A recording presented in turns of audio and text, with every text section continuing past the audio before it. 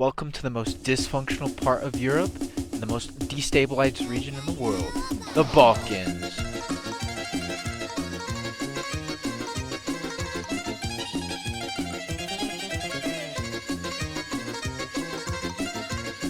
But before we get to this part in history, Yugoslavia is nothing but a war-torn mess. Let's go back in history 30 years or so and talk about Joseph Boris Tito's way of handling the economy.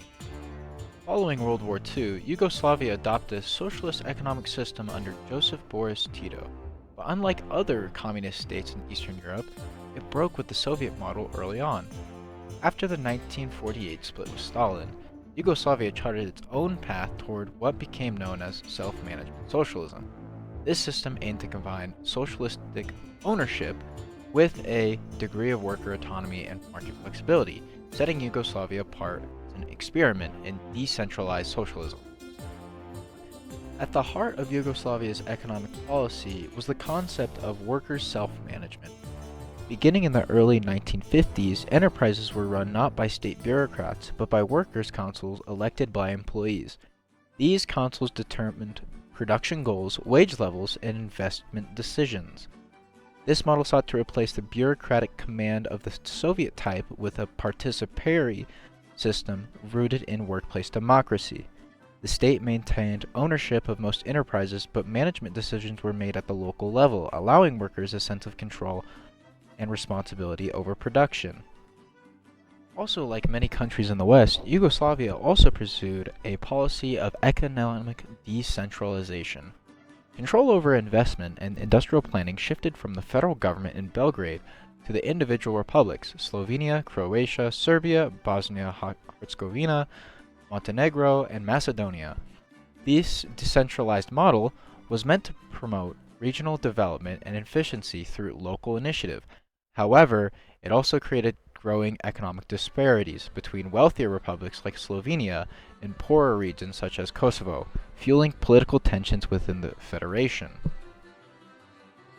Unlike the tightly planned economies of the Soviet bloc, Yugoslavia embraced elements of market socialism. Enterprises competed with one another, prices responded partially to supply and demand, and the state intervened primarily through financial and monetary policy rather than direct orders.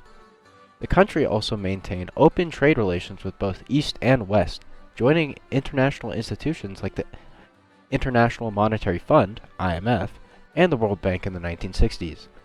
This openness allowed Yugoslavia to borrow heavily from Western creditors during the 1970s, financing industrial expansion and rising living standards. For a time, the country's third way between capitalism and communism brought impressive growth and relative prosperity compared to its Eastern European neighbors.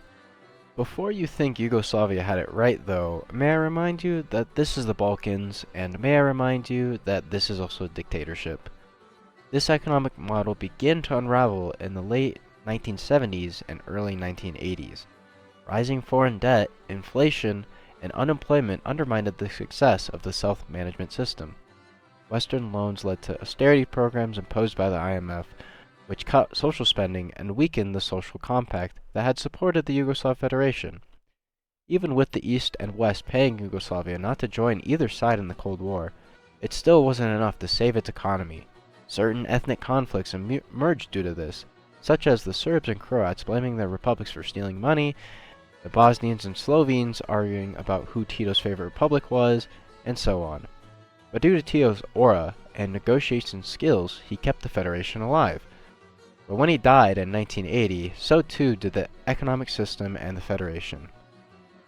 Due to Tito's cult of personality that had kept Yugoslavia alive, in the next 10 years, due to the infighting, another war in the Balkans would happen because of the messy breakup of the Yugoslav republics. Yugoslavia had a very interesting economy, with it taking both bits of the West and East. This economy could only happen due to the difficult government that was Tito's Yugoslav Republic. Yugoslavia's economic policy was a bold attempt to synthesize socialism and market mechanics through decentralization and worker self-management.